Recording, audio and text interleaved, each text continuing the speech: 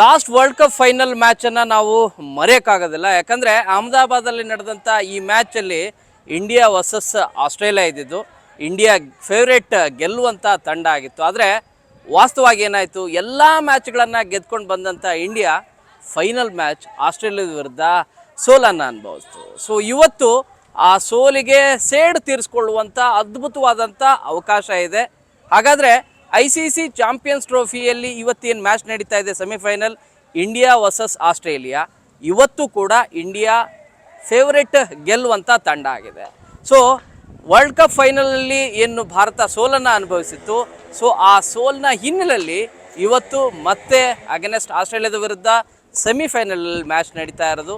ಈ ಸೆಮಿಫೈನಲಲ್ಲಿ ಇಂಡಿಯಾ ಗೆಲ್ಲುತ್ತಾ, ಈ ಬಗ್ಗೆ ಸಾಕಷ್ಟು ರೀತಿಯಾದಂಥ ನುರಿತ ತಜ್ಞರು, ಅಂದರೆ ನಿಮಗೆ ಬ್ಯಾಟ್ಸ್ಮನ್ಸ್ ಇರ್ಬೋದು, ಎಕ್ಸ್ಪರ್ಟ್ ಬೌಲರ್ ಇರ್ಬೋದು, ಫಾರ್ಮರ್ ಬ್ಯಾಟ್ಸ್ಮನ್ ಎಲ್ಲರೂ ಕೂಡ ತಮ್ಮದೇ ಆದಂಥ ಒಪಿನಿಯನನ್ನು ಹೇಳ್ತಾ ಇದ್ದಾರೆ. ಹಾಗಾದರೆ ಇಂಡಿಯಾದ ಟಾಪ್ 11 ಬ್ಯಾಟ್ಸ್ಮನ್, ಅಂದರೆ ಆಟ ಆಡುವಂಥ 11 ಜನ ಸದಸ್ಯರು ಯಾರಿದ್ದಾರೆ, ಟೀಮ್ 11 ಮೆಂಬರ್ಸ್ ಯಾರ್ಯಾರು ಆಗಬೇಕು ಅನ್ನೋದ್ರ ಬಗ್ಗೆ ಈಗಲೂ ಕೂಡ ಪ್ರಶ್ನೆಗಳನ್ನು ಮಾಡ್ತಾ ಇದ್ದಾರೆ.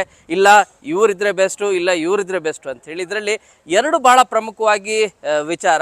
ಮೊಹಮ್ಮದ್ ಶಮಿ ಮೊದಲ ಮ್ಯಾಚಲ್ಲಿ ಅದ್ಭುತವಾದಂಥ ಪ್ರದರ್ಶನ ಮಾಡಿದ್ರು, 5 ವಿಕೆಟನ್ನು ಪಡೆದರು. ಅವರು ನಂತರದ 2 ಮ್ಯಾಚ್ಗಳನ್ನು ನೋಡಿದ್ರೆ, ಬಾಂಗ್ಲಾದ ವಿರುದ್ಧ ಮತ್ತು ನ್ಯೂಜಿಲ್ಯಾಂಡ್ನ ವಿರುದ್ಧ ನೋಡಿದ್ರೆ ಯಾಕೋ ಅವರು ಕೆಳಗುಂದಿದ್ದಾರೆ ಅನ್ನೋ ರೀತಿ ಕಾಣ್ತಾ ಇದೆ. ಸೊ ಈ ಸೆಮಿಫೈನಲಲ್ಲಿ ಹೇಗೆ 3ನೇ ಮ್ಯಾಚಲ್ಲಿ ವರುಣ್ ಚಕ್ರವರ್ತಿಯವರನ್ನು ಸ್ಪಿನ್ನ ಆಡಿಸಿದ್ರು, ಅದೇ ರೀತಿಯಾಗಿ ಹರ್ಷದೀಪ್ ಸಿಂಗ್, ಯಾಕಂದರೆ ಲಾಸ್ಟ್ ಇಯರ್ ನಿಮಗೆ ಅತಿ ಹೆಚ್ಚು ವಿಕೆಟ್ ಪಡೆದಂಥ ಬೌಲರ್, ಅವರನ್ನು ಕಣಕ್ಕಿಳಿಸ್ತಾರಾ ಅನ್ನೋದ್ರ ಬಗ್ಗೆನೂ ಕೂಡ ಸಾಕಷ್ಟು ಚರ್ಚೆ ಆಗ್ತಾ ಇದೆ.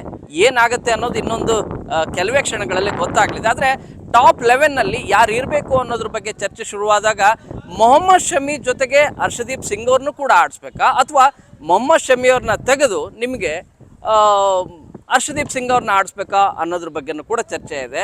ಇನ್ನು ಕಳೆದ ನ್ಯೂಜಿಲ್ಯಾಂಡ್ ಮ್ಯಾಚಲ್ಲಿ ಅದ್ಭುತವಾದಂಥ ಪ್ರದರ್ಶನ ನೀಡಿದ ಮೊದಲ ODI ಡೆಬ್ಯೂಟ್ ಅವ್ರದ್ದು, 33ನೇ ವರ್ಷದಲ್ಲಿ ಆಟ ಆಡಿದಂಥ ವರುಣ್ ಚಕ್ರವರ್ತಿ ಮೊದಲ ಮ್ಯಾಚಲ್ಲಿ 5 ವಿಕೆಟ್ಗಳನ್ನು ಪಡೆದಿದ್ದಾರೆ. ಸೊ ಈ ಮೂಲಕ ವರುಣ್ ಚಕ್ರವರ್ತಿಯವ್ರನ್ನ ಈ ಮ್ಯಾಚಲ್ಲೂ ಕೂಡ ಕಂಟಿನ್ಯೂ ಆಡಿಸ್ಬೇಕು ಅನ್ನೋದ್ರ ಬಗ್ಗೆ ಭಾಳಷ್ಟು ರೀತಿಯಾಗಿ ಥಿಂಕ್ ಟ್ಯಾಂಕ್ಗಳು ಅದೇ ರೀತಿಯಾದಂಥ ಯೋಚನೆಯನ್ನು ಮಾಡ್ತಾ ಇದ್ದಾರೆ. ಅಫ್ಕೋರ್ಸ್ ದುಬೈಲಿರುವಂಥ ಪಿಚ್ಗಳೇನಿದ್ದಾವೆ, 4 ಪಿಚ್ಗಳಿರೋದು.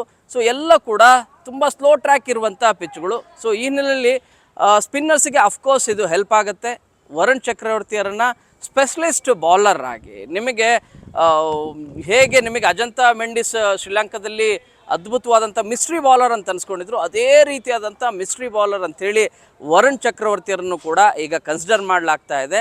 ಆಸ್ಟ್ರೇಲಿಯಾದ ವಿರುದ್ಧ ನಿಮಗೆ 2023ರಲ್ಲಿ ಇದ್ದಂಥ ಆಸ್ಟ್ರೇಲಿಯಾದ ಟೀಮ್ನ ಮೆಂಬರ್ಸ್ ಏನಿದ್ದಾರೆ, ಆ ಮೆಂಬರ್ಸ್ಗೂ ಮತ್ತು ಈಗ ಸೆಮಿಫೈನಲ್ ಆಡ್ತಿರುವಂಥ ಟೀಮ್ನ ಮೆಂಬರ್ಸ್ ಏನಿದೆ, ಭಾಳಷ್ಟು ವ್ಯತ್ಯಾಸ ಇದೆ. ಸೀನಿಯರ್ಸ್ ಯಾರೂ ಕೂಡ ಇಲ್ಲ, ಜೂನಿಯರ್ಸ್ ಇರೋದು. ಎಕ್ಸೆಪ್ಟ್ ಸ್ಮಿತ್ ಸೇರಿದಂತೆ ಟ್ರಾವೆಸ್ ಹೆಡ್ ಅವರಿಬ್ಬರನ್ನು ಹೊರತುಪಡಿಸಿದಂತೆ ಬಹುತೇಕರೆಲ್ಲರೂ ಕೂಡ ಹೊಸಬರಿದ್ದಾರೆ, ಬಟ್ ಅದ್ಭುತವಾದಂಥ ಪ್ರದರ್ಶನ ಕೊಡೋರಿದ್ದಾರೆ. ಸೊ ಕಳೆದ 3-4 ಮ್ಯಾಚ್ಗಳನ್ನು ಆಸ್ಟ್ರೇಲಿಯಾ ನೋಡಿದ್ರೆ ನಿಮಗೆ 350 ರನ್ ನೋಡಿದ್ರು ಕೂಡ ಅದನ್ನು ಚೇಸ್ ಮಾಡಿ ಗೆದ್ದಂಥ ಅದ್ಭುತವಾದಂಥ ಟೀಮ್ ಆಸ್ಟ್ರೇಲಿಯಾ. ಹಾಗಾಗಿ ಆಸ್ಟ್ರೇಲಿಯಾದ ವಿರುದ್ಧ ಯಾರಾದರೂ ಗೆಲ್ಲೋರಿದ್ದಾರೆ ಅನ್ನೋದಾದರೆ ಅದರಲ್ಲಿ ನೋ ಡೌಟ್ ಇಂಡಿಯಾ. ಆದರೆ ಈ ಕಳೆದ ಏನು ವರ್ಲ್ಡ್ ಕಪ್ ಫೈನಲ್ ಆದ ರೀತಿಯಾದಂಥ ಸಿಚುವೇಶನ್ ಆಗುತ್ತಾ ಅನ್ನುವಂಥ ಭಯನೂ ಕೂಡ ಕಾಡ್ತಾ ಇದೆ. ಟಾಪ್ 11 ಬ್ಯಾಟ್ಸ್ಮನ್, ಬೌಲರ್ ಮತ್ತು ಆಲ್ರೌಂಡರ್ ಯಾರ್ಯಾರು ಇರಬೇಕು ಅನ್ನೋದ್ರ ಬಗ್ಗೆ ಈಗಾಗಲೇ ಹೇಳೋದಾದರೆ ನಿಮಗೆ ಓಪನರ್ಗೆ ಯಾವುದೇ ರೀತಿಯ ತೊಂದರೆ ಇಲ್ಲ.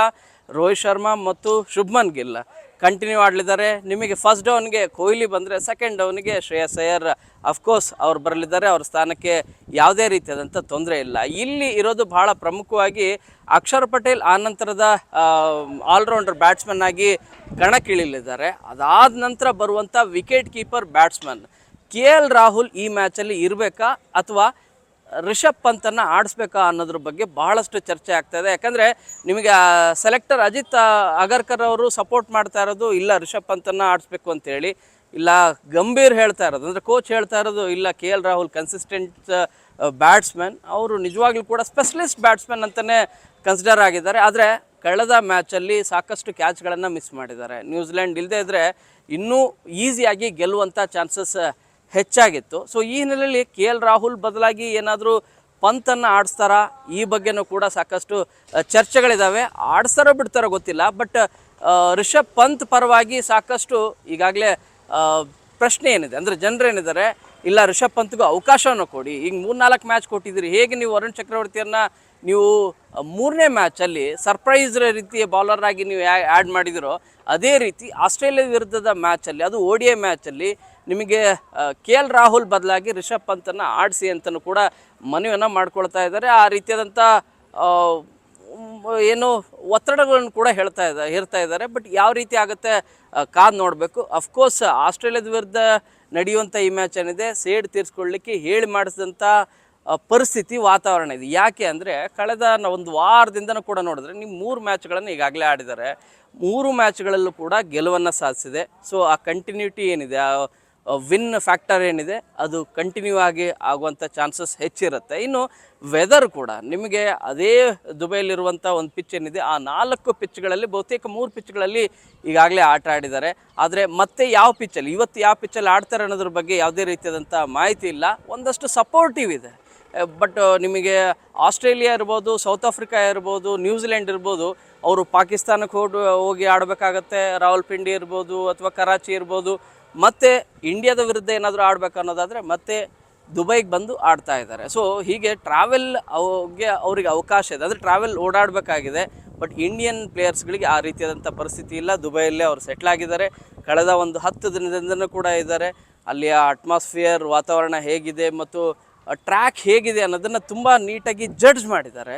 ಸೊ ಈ ಹಿನ್ನೆಲೆಯಲ್ಲಿ ಇವತ್ತು ಸೆಮಿಫೈನಲ್ ಮ್ಯಾಚ್ ಏನು ನಡೀತಾ ಇದೆ, ಇಂಡಿಯಾ ಅಫ್ಕೋರ್ಸ್ ಫೇವ್ರೆಟ್ ತಂಡನೇ ಆಗಿದೆ ಗೆಲ್ಲುವ ವಿಚಾರವಾಗಿ. ಆದರೆ ಆಸ್ಟ್ರೇಲಿಯಾ ಎಂಥ ಪಿಚ್ ಆಗಿರಲಿ, ಅದು ಯಾವ ರೀತಿಯಾದಂಥ ಪಿಚ್ ಇದ್ರೂ ಕೂಡ ಅದಕ್ಕೆ ಸಪೋರ್ಟಿವ್ ಆಗೋ ರೀತಿಯಾಗಿ ಟೀಮ್ ಮೆಂಬರ್ಸ್ನ ಆ್ಯಡ್ ಮಾಡಿಕೊಂಡು ಗೆಲ್ಲುವಂಥ ಚಾಕಚಕ್ಯತೆಯನ್ನು ಹೊಂದಿದೆ. ಸೊ ಇಂಡಿಯಾ ಪಾಕಿಸ್ತಾನ ಹೊರತುಪಡಿಸಿದಂತೆ ಹೈ ವೋಲ್ಟೇಜ್ ಮ್ಯಾಚ್ಗಳಲ್ಲಿ ತುಂಬ ಇಂಟ್ರೆಸ್ಟಿಂಗ್ ಇರೋದು ಅನ್ನೋದಾದರೆ, ಇಂಡಿಯಾ ಪಾಕಿಸ್ತಾನ ಹೊರತುಪಡಿಸಿದಂತೆ ಇಂಡಿಯಾ ಆಸ್ಟ್ರೇಲಿಯಾ ಯಾವಾಗಲೂ ಕೂಡ ನೆಕ್ ಟು ನೆಕ್ ಫೈಟ್ ಇರುತ್ತೆ. ಅದರಲ್ಲೂ ಕೂಡ ಸೆಮೀಸ್ ಮ್ಯಾಚ್ ಇದು. ಈ ಸೆಮೀಸ್ ಮ್ಯಾಚಲ್ಲಿ ಇಂಡಿಯಾ ವರ್ಸಸ್ ಆಸ್ಟ್ರೇಲಿಯಾ ಯಾರು ಗೆಲ್ತಾರೆ ನಿಜವಾಗ್ಲೂ ಕೂಡ ಪ್ರಿಡಿಕ್ಟ್ ಮಾಡೋದು ಅಷ್ಟು ಸುಲಭದ ಮಾತಲ್ಲ. ಆದರೆ ಪಾಸಿಟಿವಿಟಿ, ಸಪೋರ್ಟಿವ್ ಜಾಸ್ತಿ ಇರೋದು ಇಂಡಿಯಾಗೆ. ಸೊ ಇಂಡಿಯಾದ ಮೆಂಬರ್ಸ್ ಎಲ್ಲರೂ ಕೂಡ ಫಾರ್ಮಲ್ಲಿದ್ದಾರೆ. ಕಳೆದ ಮ್ಯಾಚಲ್ಲಿ ಬ್ಯಾಟ್ಸ್ಮನ್ಗಳು ಟಾಪ್ 3 ಬ್ಯಾಟ್ಸ್ಮನ್ಗಳು ಫೇಲ್ಯೂರ್ ಆಗಿದ್ದರು. ಆದರೆ ಈ ಹಿಂದಿನ 2 ಮ್ಯಾಚ್ಗಳು ನೋಡಿದ್ರೆ ಕೊಹ್ಲಿ 100 ಹೊಡೆದ್ರು.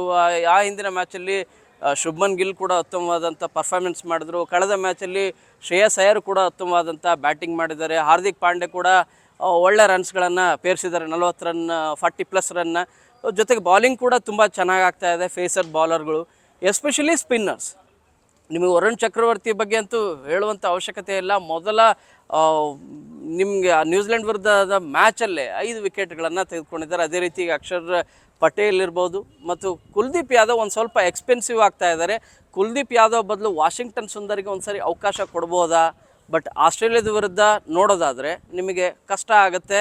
ಏನು ಟಾಪ್ 11 ಈಗ ಟೀಮ್ 11 ಮೆಂಬರ್ಸ್ ಏನಿದ್ದಾರೆ ಈ ಕಳೆದ ಮ್ಯಾಚಲ್ಲಿ, ಅದೇ ಕಂಟಿನ್ಯೂ ಆಗ್ಬೋದು ಅಂತಲೂ ಕೂಡ ಸಾಕಷ್ಟು ಚರ್ಚೆ ಇದೆ. ಬಟ್ ಇಂಡಿಯಾ ಫಸ್ಟ್ ಏನಾದರೂ ಬ್ಯಾಟಿಂಗ್ ಏನಾದರೂ ಮಾಡೋದಾದರೆ ಸೇಮ್ ಅಗೇನ್ ನ್ಯೂಜಿಲೆಂಡ್ ವಿರುದ್ಧದ ನಡೆದ ರೀತಿ 250ರಿಂದ 270 ರನ್ ನೋಡಿದ್ರೆ ಹೆಚ್ಚಾಯಿತು ಅಂತಲೂ ಕೂಡ ನುರಿತ ಕ್ರಿಕೆಟ್ ತಜ್ಞರು ತಮ್ಮ ಅಭಿಪ್ರಾಯವನ್ನು ಹೇಳ್ತಾ ಇರೋದು. ಒಂದು ವೇಳೆ ಸೆಕೆಂಡ್ ಚೇಸಿಂಗ್ ಆದರೆ ಇಂಡಿಯಾ ಈಸಿಯಾಗಿ ಗೆಲ್ಲುವಂಥ ಚಾನ್ಸಸ್ ಇದೆ ಅಂತ ಹೇಳ್ತಾ ಇದ್ದಾರೆ. ಬಟ್ ನಮಗೆ ಬಾಲಿಂಗ್ ಫೇಸರ್ ಬಾಲರ್ದು ಒಂದು ಸ್ವಲ್ಪ ಪ್ರಾಬ್ಲಮ್ ಆಗ್ತಾ ಇರೋದು. ಬಟ್ ಸ್ಪಿನ್ನರಲ್ಲಿ ತುಂಬ ಡಾಮಿನೇಟ್ ಇದ್ದಾರೆ. ಅಫ್ಕೋರ್ಸ್ ಬ್ಯಾಟ್ಸ್ಮನ್ನಲ್ಲಿ ನೀವು ಒಂದು 3 ಫೇಲ್ಯೂರ್ ಆದ್ರೂ ಕೂಡ, ಟಾಪ್ 3 ಬ್ಯಾಟ್ಸ್ಮನ್ ಫೇಲ್ಯೂರ್ ಆದರೂ ಕೂಡ ಆ ನಂತರದ ಬ್ಯಾಟ್ಸ್ಮನ್ಸ್ ಅದನ್ನು ಮೇಕ್ ಓವರ್ ಮಾಡ್ತಾ ಇದ್ದಾರೆ. ಇದು ಪ್ಲಸ್ ಪಾಯಿಂಟ್ ಇದೆ. ಆಸ್ಟ್ರೇಲಿಯಾದ ಹಿರಿಯ ಆಟಗಾರರು ಯಾರೂ ಕೂಡ ಇಲ್ಲ, ಆದರೆ ಕೆಲವು ಆಟಗಾರರು ಮಾತ್ರ ಇರೋದು.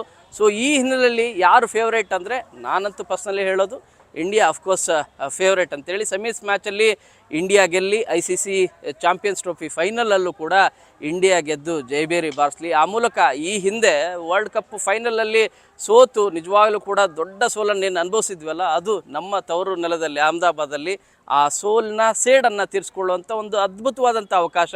All the best India.